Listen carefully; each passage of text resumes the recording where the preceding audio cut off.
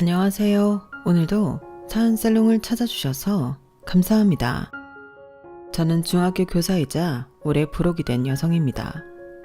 불혹이라는 나이에 저는 조금 걱정하고 절망하기도 했어요. 벌써 제 나이가 이렇게 되었다니 조금 울적해지더라고요. 하지만 걱정하고 울적하다고 해서 불혹을 벗어날 순 없잖아요. 시간의 흐름은 제 마음대로 움직일 수 없으니까요. 그래서 저는 불혹을 받아들이고 그럴 뿐 아니라 조금 달라지기로 했어요. 사실 저는 가족이라는 가치에 허우적거리는 삶을 살았어요. 무슨 행동을 하든 가족의 시선에 맞춰서 살았죠. 가족의 규칙이 곧 저에겐 법이었어요. 법이라는 말에서 알 수 있다시피 가족의 규칙을 받아들이면서도 답답하고 숨막힐 때가 없지 않았죠. 때론 가족이라는 울타리를 부수고 싶을 때도 있었어요. 하지만 법이라고 표현한 것처럼 결국 가족애에 순응할 수밖에 없었죠. 어쨌든 가족애와 가족 규칙의 최종적인 목표는 가족의 행복이었으니까요. 저는 제가 편하자고 가족의 행복을 깰 생각을 차마 하지 못했어요. 그리고 그건 결혼을 하고서도 마찬가지였어요. 평생을 가족의 규칙에 맞춰 살다 보니 시댁에서도 시댁의 규칙을 파악하고 거기에 어긋나지 않도록 노력했어요. 그러는 게 시댁의 행복을 위해서 옳다고 생각했죠. 그래서 대체로 어울리지 않는 옷처럼 느껴지고 이해가 되지 않더라도 참고 인내했어요. 시댁 식구들 중에선 특히 동서에게 그랬어요. 시댁에서의 잡음은 대부분 동서 때문이었거든요. 무슨 사건이 벌어지면 그 사건의 중심엔 늘 동서가 있었죠. 대체로 동서가 시어머니에게 박대를 당한다는 것에서부터 사건은 발생했어요. 시어머니가 동서를 참 미워했거든요. 하지만 그 모습이 너무 지나치고 어떨 땐 이유가 분명하지 않아 무자비할 때가 있었어요. 그래도 저는 교통정리를 할 생각을 안 했어요. 그것이 시댁의 규칙이라고 생각한 거죠. 지금 생각하니 조금 이기적인 마음 같기도 하네요. 그래도 저는 동등하게 시어머니의 편도 동서의 편도 들지 않았어요. 그러자 저와 차별 대우를 받는다고 생각한 동서는 저를 막대하고 험한 말을 했죠. 그래도 저 그 독한 말들을 다 듣고도 동서를 미워하지 않았어요. 일단 가족의 평화를 위해서 그렇게 했어요.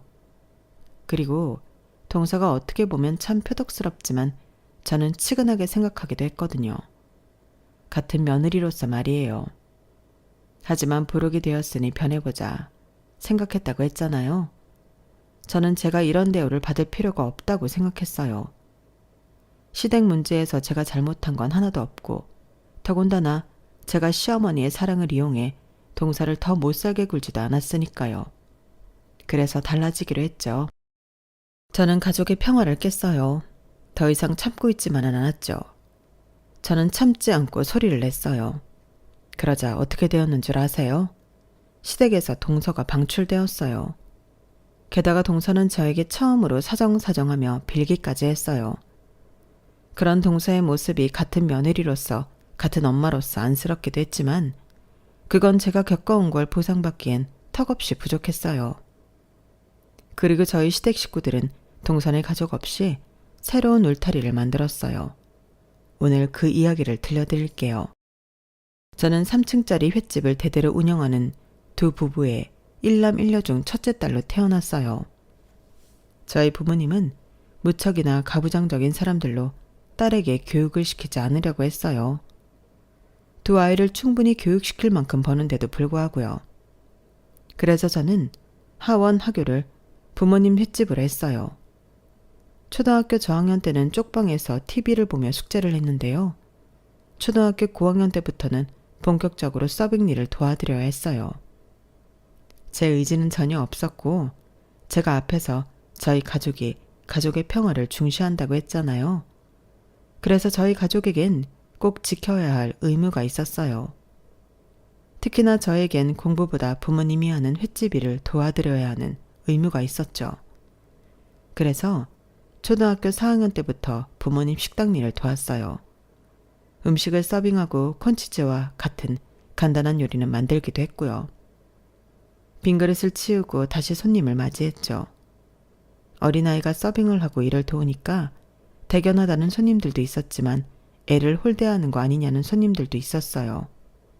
그럴 때면 부모님은 손님에게 저를 칭찬했어요. 얘가 철이 일찍 들어서 벌써부터 저희를 돕는다네요? 기특하죠? 다시 한 번 더 강조하지만 제가 스스로 일을 돕겠다고 한 적은 없어요. 하지만 그런 말로 부모님은 손님이 더 말할 수 없게 만들었죠. 저는 아직도 저를 안쓰럽게 보던 손님들의 표정을 기억해요. 그리고 가끔은 저희 가족을 아는 손님이 아들, 그러니까 제 남동생의 행방을 묻기도 했어요. 그 집 아들은 어디 갔소? 그도 그럴 것이 연년생이던 제 남동생은 부모님의 가게를 전혀 돕지 않았거든요. 남동생은 제가 부모님 가게에서 일을 할 시간에 학원을 다녔어요.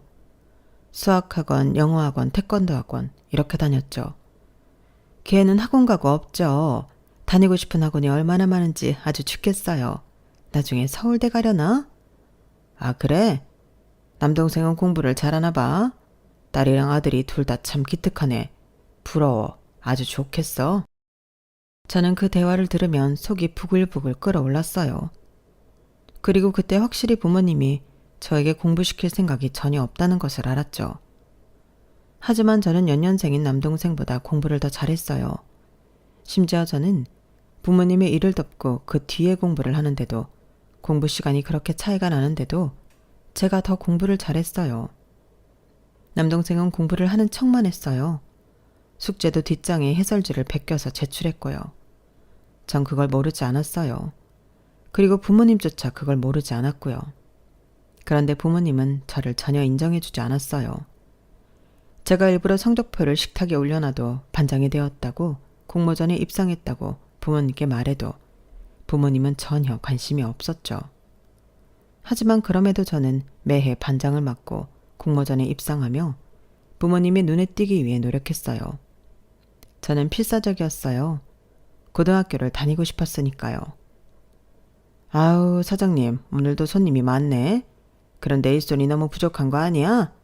딸내미도 힘들겠다. 정신이 하나도 없겠어. 요새 인건비가 너무 비싸서 사람 쓰기가 힘드네요. 그래도 우리 딸이 도와주니까 괜찮아요. 이제 17살 될 거고. 17 되면 왜? 여기 횟집이라도 물려주려고?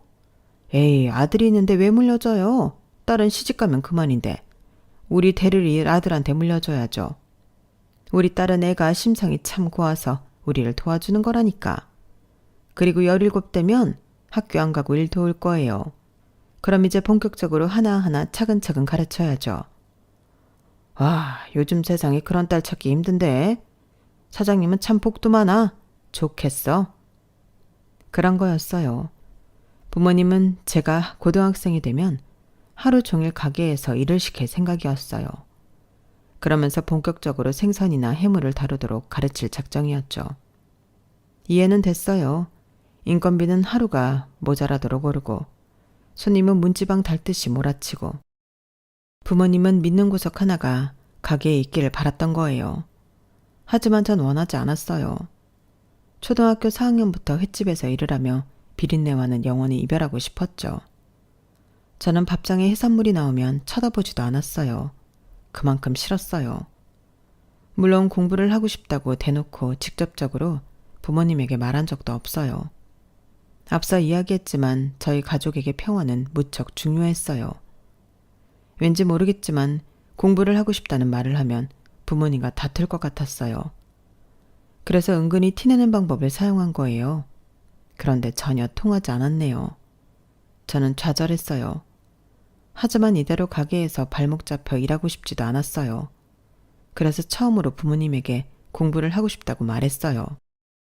아버지, 저 고등학교 안 가요? 당연하지. 네가 무슨 고등학교야? 아빠가 누누이 말했잖아. 너는 횟집 일을 도우라고. 그래야 아빠도 엄마도 좀 쉬지. 그러면 저한테 물려주실 거예요? 횟집 말이에요.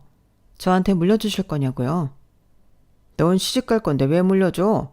그럼 우리 식구 가게가 아니라 너희 시댁 식구 가게가 되는 거야. 내가 그 꼴을 보고 있을 것 같아? 아니요. 저 필요 없어요. 횟집 저한테 안 물려주셔도 돼요. 전 공부하고 싶어요. 저 인문계 고등학교 갈 성적 충분하고도 남아요. 제가 늘 전교 10등 안에 든다는 건 알고 계세요? 그런데 왜 저를 고등학교에 안 보내겠다는 거예요? 싫어요. 동준이는 보낼 거죠. 저보다 공부도 못하는데. 그건 알고 계세요? 언제까지 입 아프게 말해야 하니? 여자는 공부해서 대학 가봤자 시집가면 다 도루묵이라니까. 너 시집 안 갈 거야? 누구 마음대로 시집 가야지. 어? 그런데 왜 의미 없이 투자를 해야 하냔 말이야. 그럴 바엔 지금이라도 칼질 배우는 게 훨씬 더 도움된다. 아빠도 엄마도 언제나 너를 생각해서 하는 말이야. 그리고 공부? 이건 공부를 잘하고 못하고의 문제가 아니다. 그럴 만한 가치가 있냐 없냐의 문제지. 소은아, 아빠는 말이다. 헛으로 돈 쓰는 거 무지하게 싫어한다. 그리고 네가 학교를 꼭 다녀야 할 이유가 뭔데? 학교에서 널 필요로 하는 것도 아니고 학교에서 인정받는 인재인 것도 아니잖아. 그런데 왜 자꾸 학교를 가겠다고 하는 거냐? 들어가서 잠이나 자. 저는 아버지의 그 말을 듣고 방으로 돌아가 생각을 했어요. 그리고 용기 내어 필사적으로 중학교 3학년 때 전교회장에 출마하죠. 저는 사실 내향적인 성격이에요. 새학기가 되면 친구들에게 먼저 다가가는 성격이 아니었죠. 하지만 매년 반장을 하면서 친구들과 공모전에 나가면서 맷집이 세졌다고 할까요? 그리고 저는 절박했어요. 필사적이었죠. 정말 고등학교에 다니고 싶었어요. 그래서 온 힘을 다해 전교회장에 출마했고 당선되었어요. 그리고 그걸 제가 부모님에게 말씀드리자 부모님은 무척 놀라며 고민하는 듯 했어요. 하지만 부모님은 바로 답을 주진 않았어요. 대신 며칠 뒤 가게에서 제가 전교회장이 되었다는 사실을 자랑하더라고요. 우리 딸이 얼마 전에 전교회장이 되었어. 그래서 뭘 해줘야 하나 싶네. 학교에 뭐라도 돌려야 하는 거 아니야? 햄버거라도 돌려야 하는 거 아니에요? 그런데 어머, 손이 너무 대견하다. 전교회장까지 되고. 내가 뭐라도 사줘야겠네. 그러게, 나도 뭘 사줘야겠네. 너무 축하드려요, 사장님. 그리고 부모님은 친인척들에게도 자랑을 했어요. 그리고 제 바람대로 저는 고등학교를 진학하게 되었는데요. 그 이유는 친인척들이 저에게 많은 기대를 하면서 부모님에게 공부를 시켜야 한다고 말했기 때문이에요. 소은이 전교회장 되었다며? 그게 공부뿐 아니라 인간관계도 탁월해야 되는 건데 너무 대견하다. 이러다가 외고 가는 거 아니야? 아주버님, 우리 소은이 어디 학교 보낼 거예요? 무슨 여자가 고등학교야? 전교회장은 회장이고 학교는 학교지. 이 사람 봐. 당연히 학교 보내야죠. 우리 소은이가 이렇게 대단한 인재인데 당연히 학교 보내야지. 자식 인생은 자식 인생이에요. 내 인생이 아니라고. 그리고 그건 아주버님이 더 잘 알면서. 그래, 오빠도 공부하고 싶었는데 돌아가신 우리 아버지가 횟집 물려받으라고 해서 물려받았으면서? 너는 왜 옛날 얘기를 하고 그래? 그리고 나는 남자고 장남이었잖아. 소은이는 여자고 나랑은 다르지. 그런 시대착오적인 소리는 하지도 마. 오빠는 다른 사람도 아니고 딸한테 그러냐? 당장 보내. 돈이 없으면 내가 고모가 내줄게. 돈은 나도 있어. 그래. 보내면 될 것 아니야. 그렇게 저는 고등학교에 가게 되었고 고등학교에서도 학급 실장을 하고 우수한 성적을 유지했어요.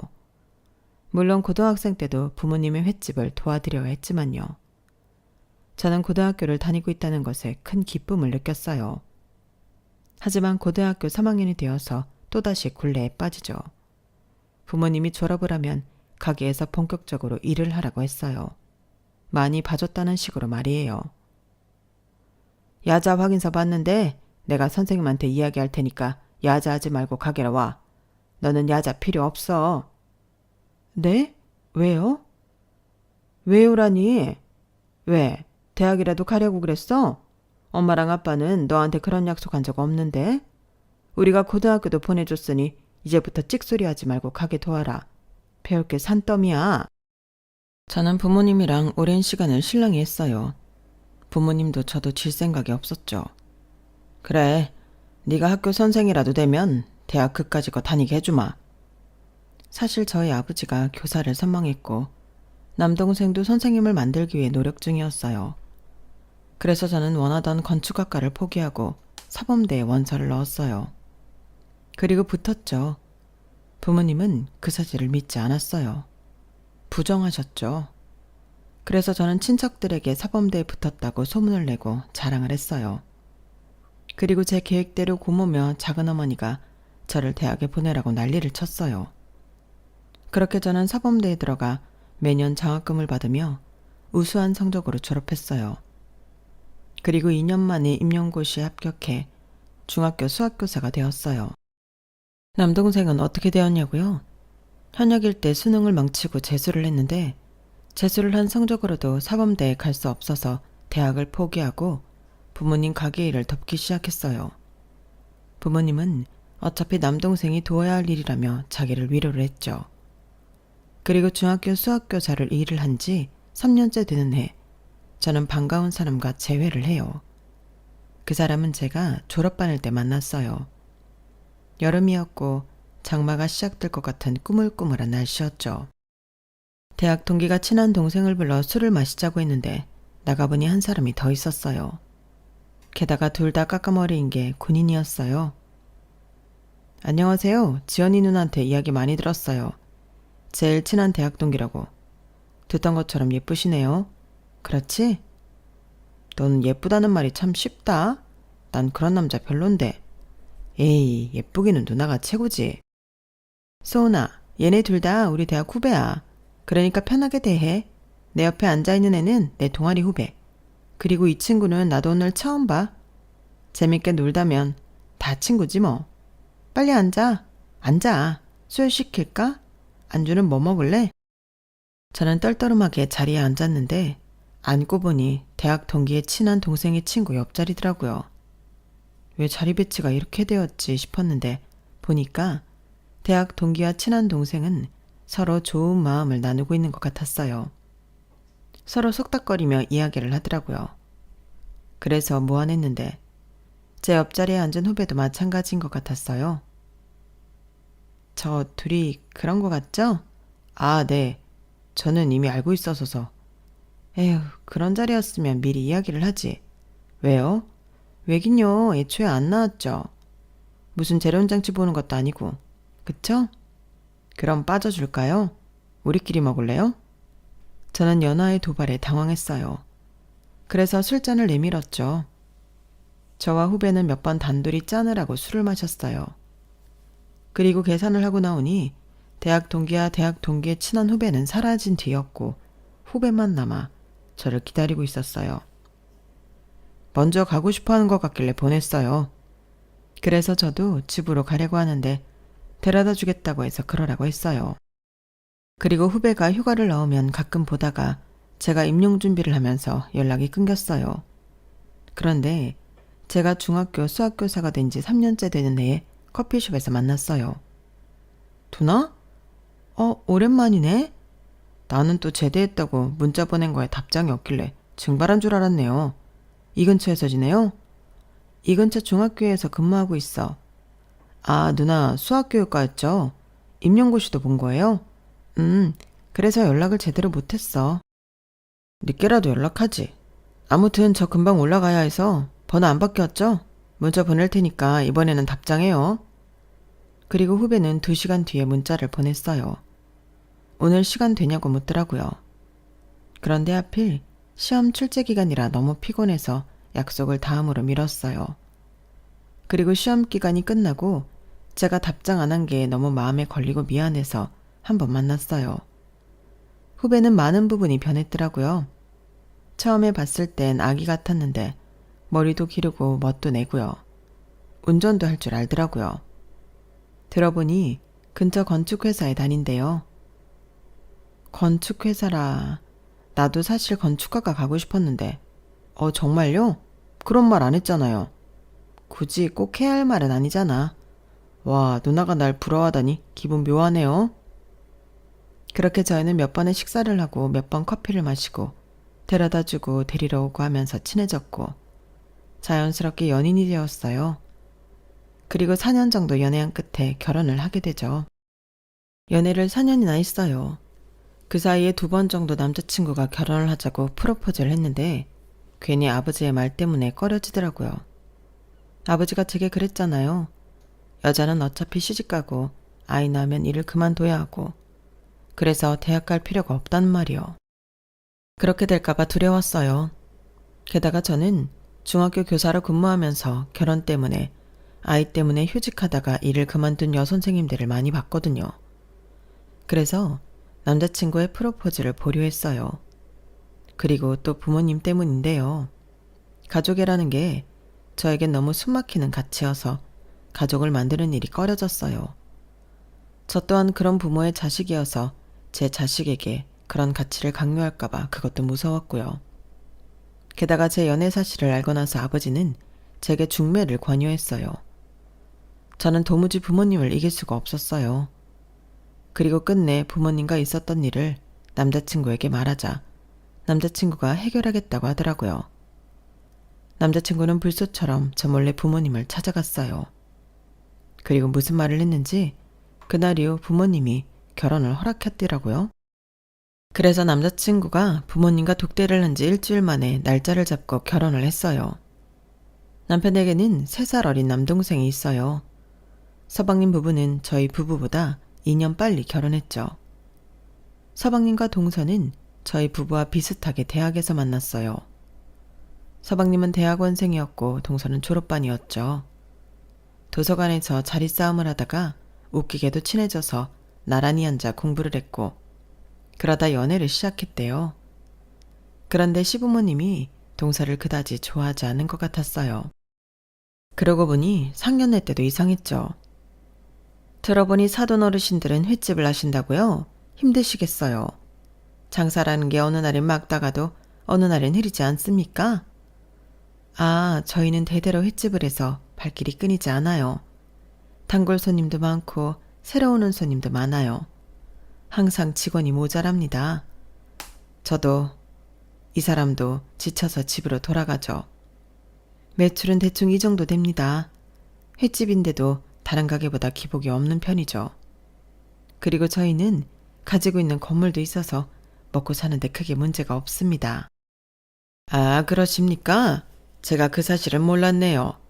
단순히 가게를 운영한다고 해서 잠깐 실수를 했나 봅니다. 기분 나쁘신 건 아니죠? 맞아요. 직업이 귀천이 어디 있겠습니까? 누구는 교수라고 떵떵거리면서 딸 시집 보낼 때 수저 하나 더 쥐어주지 않더라고요. 아유, 그런 사람도 있습니까? 아무리 그래도 딸 결혼인데 그럴 수 없죠.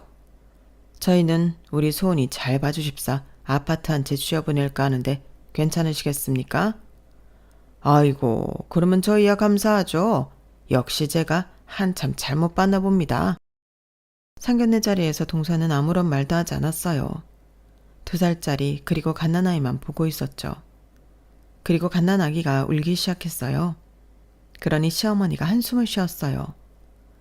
거 좀 안 울게 잘 봐라. 아니면 애들 데리고 나가든지. 그래서 동서가 나갔던 것으로 기억해요.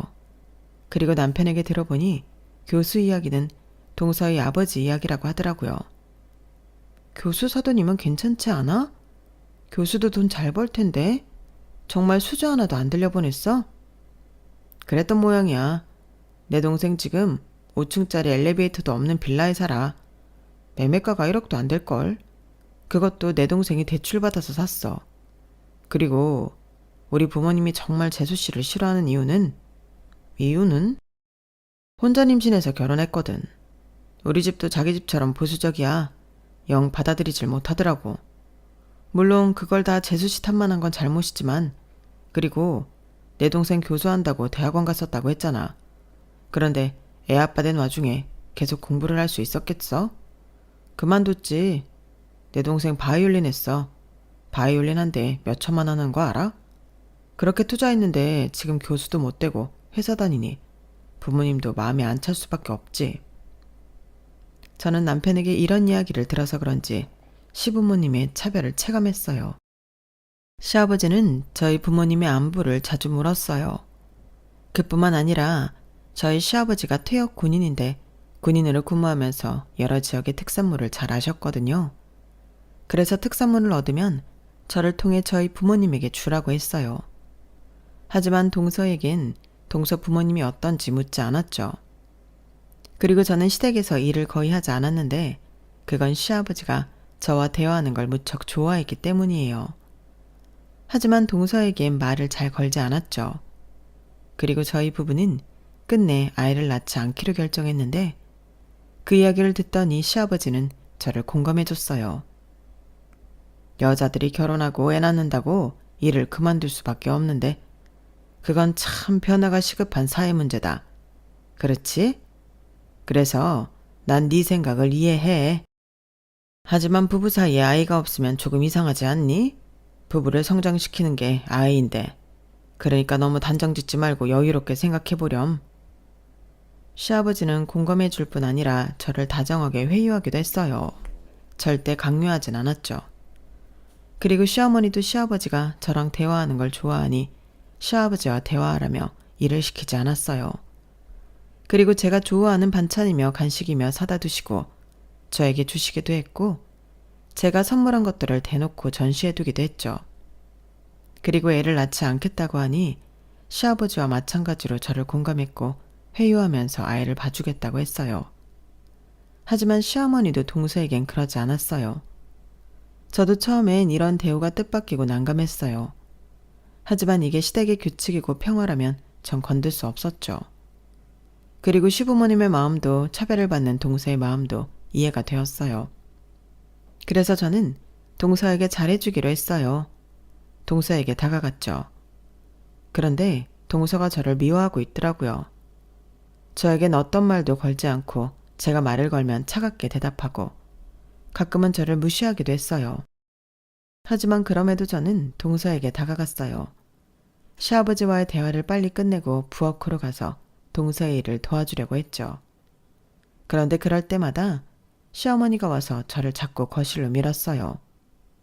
어머니, 동서 혼자 힘드니까 저도 같이 도울게요. 얘는 혼자 살 수 있어. 가져온 것도 없으면 이런 거라도 해야지. 너는 저기 거실로 가서 네 아버님이랑 이야기나 해. 커피 필요하니? 더 줄까? 예, 네 형님 커피나 좀 타라. 시어머니의 말에 동서가 커피를 타려고 식탁으로 갔어요. 그리고 시어머니가 부엌을 잠깐 비우셨고 제가 동서에게 가서 제가 하겠다고 했어요. 내가 할게요. 커피 정도는 내가 탈 수 있어요. 다른 건 못하고요? 네? 할 줄 몰라서 부엌에 안 들어오는 거예요. 아니면 사람이 영악해서 그러는 거예요? 내가 손아랫 사람이라고 안주하는 것 같은데 내가 형님이어도 이랬을 거예요? 내가 천대받으니까? 천대받다뇨. 무슨 그런 말을 해요. 다 알면서 아닌 척하는 그 꼴이 더 기분 나쁘거든요. 커피 탔으니까 가져가요. 그리고 나 도와준다는 셈 치면서 부엌 들어오지 말고요. 도와준다고 하는 게 저한테 전혀 도움 안 되거든요.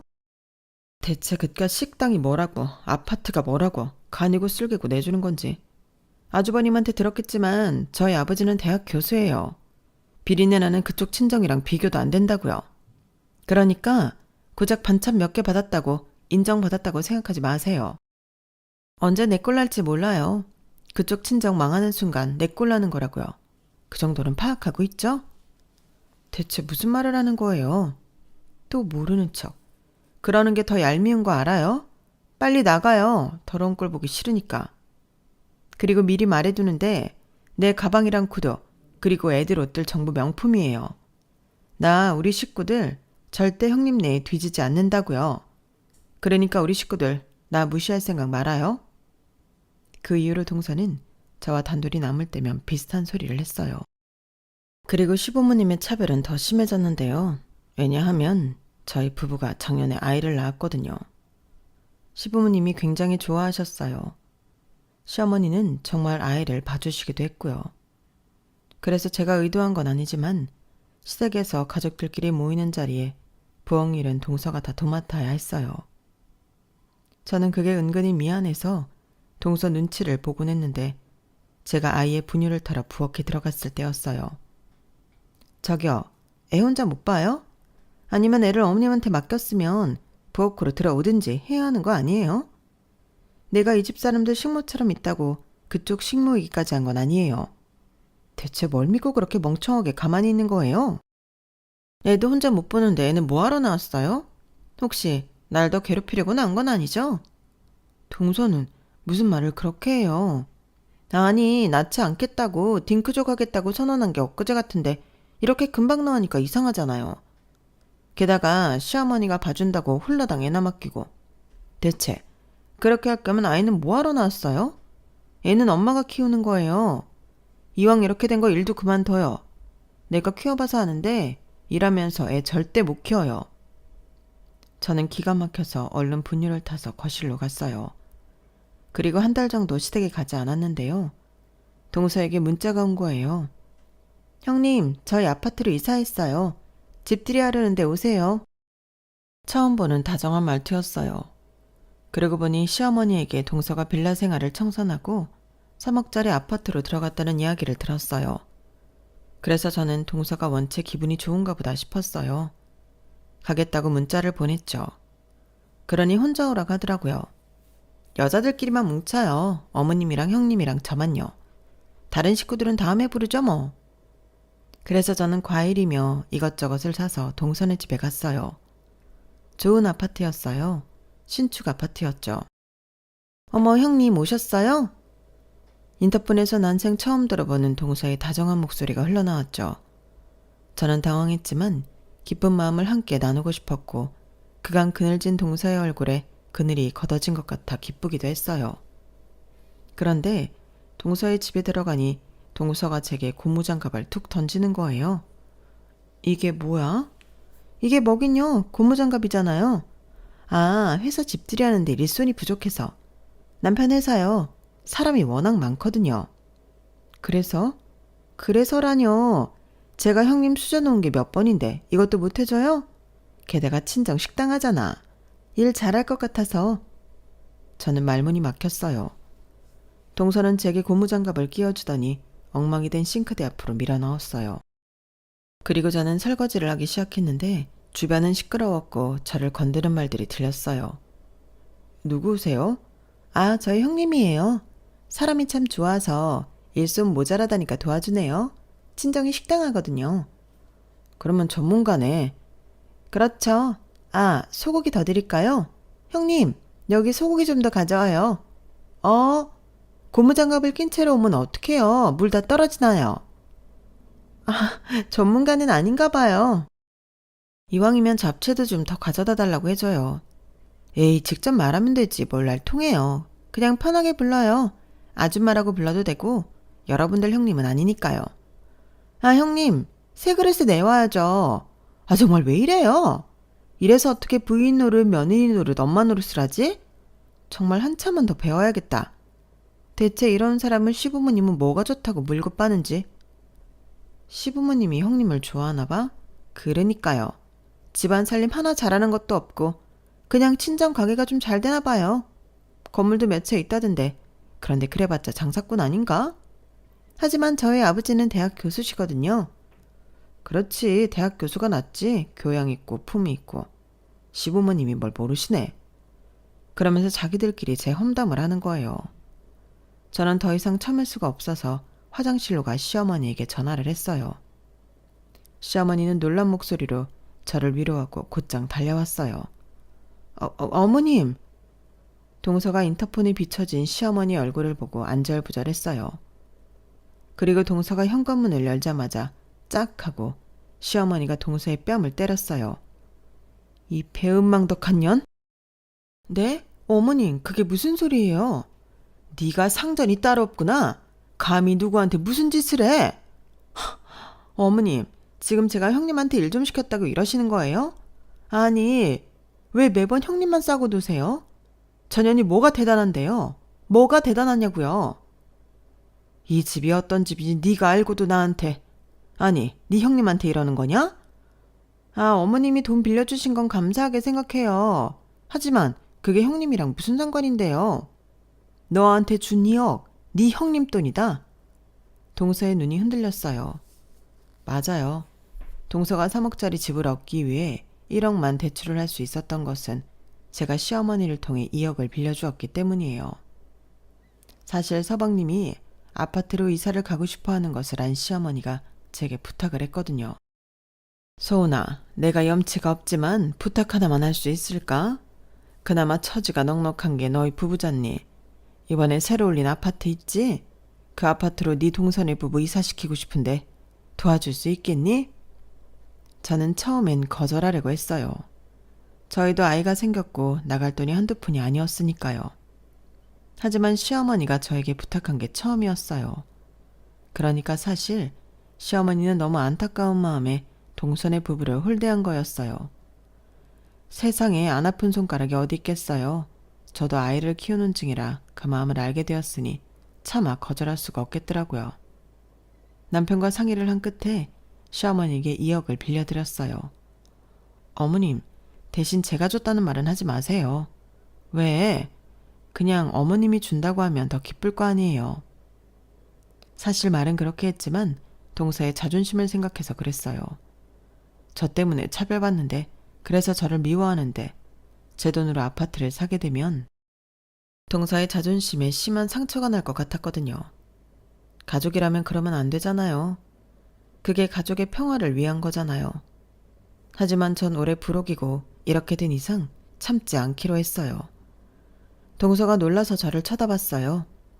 제가 고무장갑을 바닥에 던졌죠. 동서의 집에 있던 모든 사람들이 놀란 표정으로 저를 쳐다봤어요. 내가 사정이 참 딱해서 빌려줬는데 그것도 네가 불편할까봐 어머님이 주는 돈이라고 하면서 빌려줬는데 너는 그걸 모르고 그래. 모를 수 있다고 쳐도 기어이 날 이런 식으로 대하네? 차라리 내가 주는 돈이라고 말할 걸 그랬다. 그래서 네가 찍소리도 못하게 만들 걸 그랬어. 아니, 이게 대체 무슨 말이에요, 어머님? 어머님이 주신 돈이랬잖아요. 어머님한테 그럴 거 없어. 내가 준 돈이라고 말하지 말라고 했으니까. 너를 위해서 그랬어. 나 때문에 그토록 차별받는 네가 안쓰러워서 네 자존심 좀 지켜주려고 그랬어. 그런데 너는 나를 여전히 이렇게 대하네? 여유로워진 만큼 마음도 넉넉해져야 할 거 아니야. 나를 위하는 척 하지 마. 정말 가증스러워서 내가 너 때문에 얼마나 힘들었는데 그걸 너도 알고 있잖아. 그러면서 나를 위해 이런 것도 못 해줘? 내가 너 때문에 당한 게 얼만데. 그러면서 동서는 바닥에 주저앉아 울었어요. 그러자 시어머니가 제 앞에 서서 저를 감쌌어요. 더 얘기할 것도 없다. 나 너한테 참 할 말이 많아. 내가 너를 미워한다고? 그래, 나는 너 미워한다. 내 아들 팔자 네가 꾼 것도 모자라 불태워서 아주 미워한다. 너 때문에 우리 아들이 대학원 졸업 못하고 지금까지 개고생하는 거 아니냐? 어머님, 그건 아드님의 선택이었어요. 그리고 저희 부부의 결정이었고요. 그런데 왜 자꾸 그렇게 생각하세요? 게다가 너희 부모는 어떻게 했니? 네가 임신했다고 손주가 혼수니 혼수는 필요 없지 않냐고 하질 않았니? 그리고 교수시계나 되어서 이것도 못해준다 저것도 못해준다 하질 않나? 너 시집 보내면서 이발하더러 다행이라고 하질 않나? 그리고 대학원생이었던 우리 아들 팔자 꾼 건 생각도 안 하고 대학원생이라고 무시하질 않나? 내가 그때만 생각하면 아주 속이 뒤집혀. 그리고 너도 지금이야. 이렇게 주눅들어 보이지만 처음엔 어땠니? 눈에 불을 켜고 날 노려보지 않았어? 너 예쁘게 안 본다고 말이야. 내가 어떻게 너를 예쁘게 보겠니? 혼전 임신했다고 친정에서 버림받은 애라고 그것만으로 널 미워한 게 아니야. 애초에 네가 예쁜 짓을 하긴 했니? 무작정 예쁘게 보라고만 했지. 그리고 내가 너 우리 아들 돈으로 사치 부리는 거 모를 줄 알아? 아니 어머님, 제가 언제 사치를 부렸어요? 우리 아들이 너 때문에 빌린 돈만 수천만 원이야. 애들 때문에 드는 돈이 많다고 늘상 그런 말을 하지만 여자의 촉이 있는 거다. 네 가방, 구두, 애들 옷들 전부 명품이잖아. 게다가 너 이번에 차도 바꾸고 전기차로. 그거야 필요해서 산 거죠. 나 우리 아들 벌이 모자란 거 안다. 그러면 너도 움직여야지. 뭐든 해야지. 집에서 살림하면서 애들 유치원 보내고 탱자탱자 놀고 아니면 절약하면서 알뜰살뜰 살든지. 네가 산 명품들 내가 보고 있자면 한숨이 절로 나온다. 네가 이렇게 구는데 내가 널 어떻게 예뻐하니? 시어머니는 폭탄처럼 말했어요. 저는 시어머니를 진정시켰어요.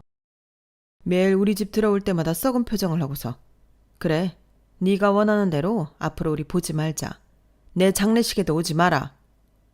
저는 흥분한 시어머니를 현관 밖으로 모시고 동서를 쳐다봤어요. 동서는 계속 바닥에 머리를 대고 울고 있더군요. 동서도 이제 그만하고 나중에 어머님한테 사과드려.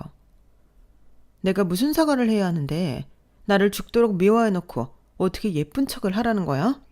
그리고 했으면 정말 나를 예뻐는 했고? 거짓말. 다 새빨간 거짓말이야. 그래도 어머님 마음도 전혀 이해 못할 건 아니잖아. 부모 마음이라는 게 그런 거 아니겠어? 내가 왜 그딴 걸 해야 해? 나는 아직도 너 같은 것 때문에 더 비교당하고 더 구박당한 게 억울해. 네가 뭐가 잘나서 내가 너 같은 거랑 비교당해야 하냐고. 네가 뭔데? 뭐가 잘났는데? 비린내 나는 가게 꼴랑 그거 가지고 교수 아버지를 둔 나를 구박해? 난 언니가 외교관이고 오빠가 증권회사 다녀. 근데 넌 동생도 횟집에서 일한다며. 고작 그거 가지고. 계속 비린내 나는 횟집이라면서 비하하는데 그래, 나도 우리 가게 부끄러울 때 있었어. 하지만 그건 딸이 나만 할 수 있는 일이야. 남은 그렇게 생각하면 안 돼. 내가 너희 아버지 직업 비하하면 좋아? 직업에 귀천은 없어. 그리고 넌 그 직업조차 갖고 있질 않고. 뭐? 나도 마음만 먹으면 일할 수 있어. 지금은 애들을 봐야 하니까, 애들한테 엄마가 중요하니까. 엄마라는 방패로 지 몸을 가린 거겠지. 그 악독한 몽뚱아리 튀어나온 줄도 모르고. 악독해? 너 말 다 했어? 결혼 생활하는 동안 너를 지켜보면서 나는 네가 왜 억울한지 이젠 모르겠다. 어머님 말대로 지 팔자 지가 꼰 게 맞는 것 같아. 네가 혼전 임신해서? 네가 네 부모한테 팽당해서? 아니, 그것도 있겠지만 애초에 지금의 너를 만든 건 너야. 그저 억울하기만 했지 네가 한 게 뭐가 있는데. 부모가 아닌 이상 가만히 있는다고 사랑해줄 사람 없어. 넌 아무것도 노력하지 않았어. 그리고 나에게 분을 풀었지. 현명하지 못했어. 넌 나를 아군으로 만들어야 했어. 그럼 네 꼴이 이렇게 되진 않았을 거야. 앞으로 우리 가족 눈에 띄지 마. 그리고 이 집 팔아서 내 2억 다음 주까지 송금하고 봐주지 않을 거야. 그렇게 저는 동서의 집에서 나왔어요. 그리고 다음 날 서방님과 동서가 와서 고개를 조아리고 두 손을 싹싹 빌며 사과했죠. 집이라도 어떻게 해달라면서요. 딱했지만 거절했어요. 당장 2억 내놓으라고 말이죠. 그리고 보름 뒤 서방님은 제 통장으로 2억을 송금했어요. 남편에게 들어보니 동선의 가족은 다시 전에 살던 빌라로 들어갔다고 해요. 차도 팔았다고요. 그리고 시어머니는 무척 화가 나서 서방님조차 볼 생각이 없다고 했어요. 그래서 이번 명절에도 서방님네 가족 없이 지냈어요. 저는 가족의 평화를 깬 것 같아 마음이 좋지 않았어요. 하지만 그런 저에게 시어머니는 제가 잘못한 게 하나도 없다면서 동서는 변하지 않을 거라고 말했어요. 남편도 마찬가지로 그렇게 말했고요. 그래서 저는 홀홀 털어버리려고요. 여기까지가 제 사연입니다. 부록이 되어 가족의 울타리를 깨고 새로운 울타리를 만든 저의 이야기 어떻게 들으셨나요? 저처럼 끈끈한 가족애를 위해 많은 것들을 포기하고 있는 분들 그러지 마세요. 무엇보다 자신을 지키세요. 자신보다 중요한 건 없어요. 저도 이제부터는 제 자신을 지키면서 살려고요. 다른 사람들뿐 아니라 부모님에게도 휘둘리지 않으려고 해요. 제 사연은 여기까지입니다. 들어주셔서 감사합니다. 행복한 하루 되세요. 여러분, 사연 댓글에 응원과 현명한 조언 부탁드려요. 좋아요와 구독은 저에게 큰 힘이 됩니다. 오늘도 좋은 일 가득하세요.